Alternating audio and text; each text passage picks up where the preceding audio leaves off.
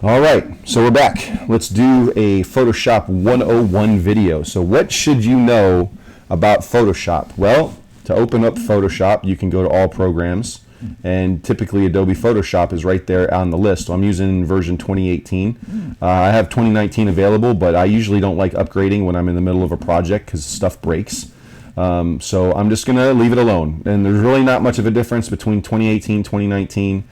Heck, there's really not much of a difference of the tools that I used back in CS6, honest to God. So, you know, I'm still using the same stamp tool. I'm using the line tool, the brush tool, opacities, blending modes.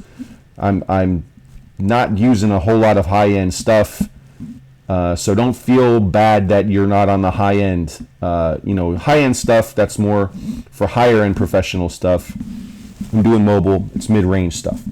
Okay, so Adobe Photoshop is you basically go over here, you can go to all programs, you click the Adobe Photoshop button, and also it should be in Adobe as well. You may have an Adobe folder on your machine after you were done installing it, so click that and then open it up in Photoshop's there. I also have a tendency that because I use Photoshop so much, I click on it and then I pasted the icon in my service bar down here at the bottom, so I can click on it and then just, you know, run it as I need it. I got to tell you, Photoshop is a RAM hog. So right now I'm using 500,000 was it kilobytes of memory. So I'm almost using half my my RAM, my CPU here. Like it's a beast. So pay attention. So I'm running a quad core on this laptop. I have an i7. I love this machine.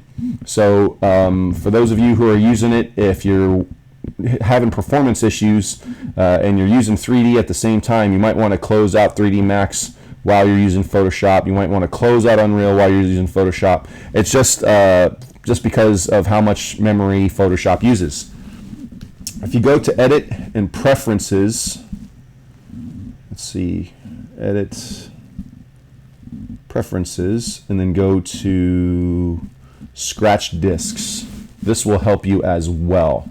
So currently I'm running my Photoshop off of my Scratch disk. So I have a 1 terabyte drive in my laptop, and currently I'm using 392 gigs of space. And I really don't like saving my content, saving my files, music, videos, whatever. I don't like saving it on my operating drive. This should be strictly used for operations. You should not really, like, you know, install your programs, install your apps. Don't try running, like, you know, installing your games. Don't install, you know, carefree stuff. Like, this is supposed to be your work drive, so use it as your work drive. Your removable hard drives, that's what you want to use. You want to use all externals for your files, all your content, and categorize what hard disks are doing what. You know, I got a 4 terabyte disk that's plugged in. That's what this K drive is. So manage your files also before using Photoshop. I think there is one other thing I wanted to get into. I'm trying to remember where it is here.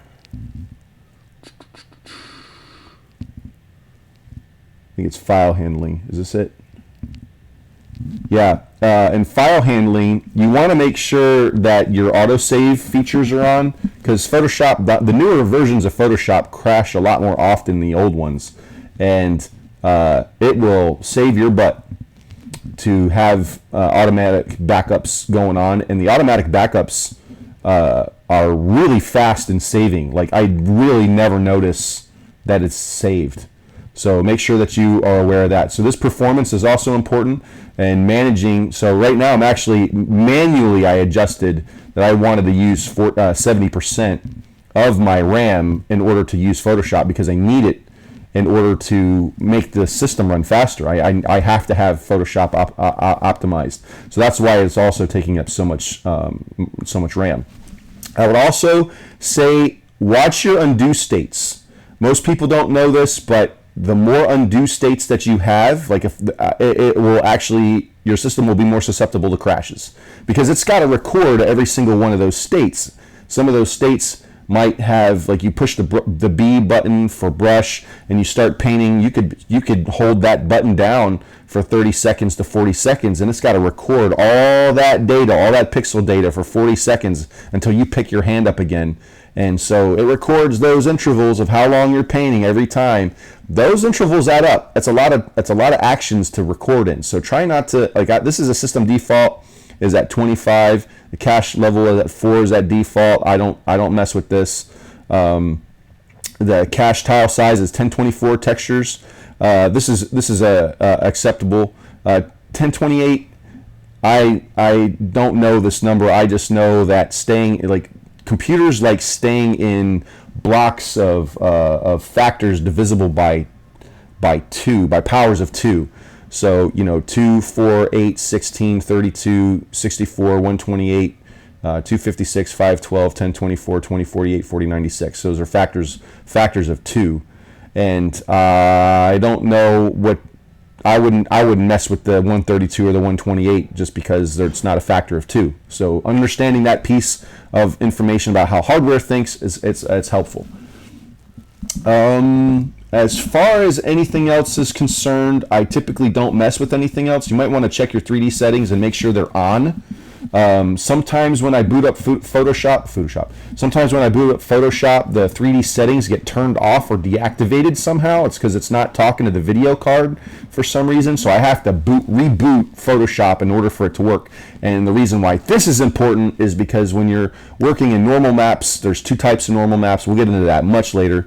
But there's transfer bake projection normal maps that happen inside 3D software. But then there's also conversion that happens inside of Photoshop. Basically, when you have an object or we have something like this and I want to convert it to a normal map, you've got to be able to select the layer, do filter 3D, and then go to generate normal map.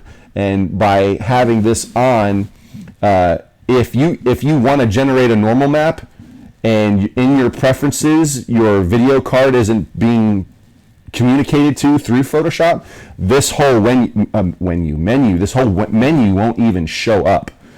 So man, it's taking a minute today. Usually does not take this long. Oh, it's probably because it's got a lot of data in it. So this is the 3D viewer right here. Okay, so with that said, and that's what the normal map looked like very, very briefly. I don't need that on. We're not going to cover that today. But that's pretty much it for this lesson. Setting up Photoshop, that's very, very important to get going. I guess what else I'll do is I'll talk about locations of palettes. Well, I'll do that, then I'll end the video. So locations of palettes. When you guys boot up your Photoshop, you're not going to look like this. It's probably going to look like, let me make sure I actually have this workspace saved. Yeah, that's saved. Okay, so let's do reset essentials. Okay, so your workspace is probably going to look like, oh, so that's bare bones. How about we do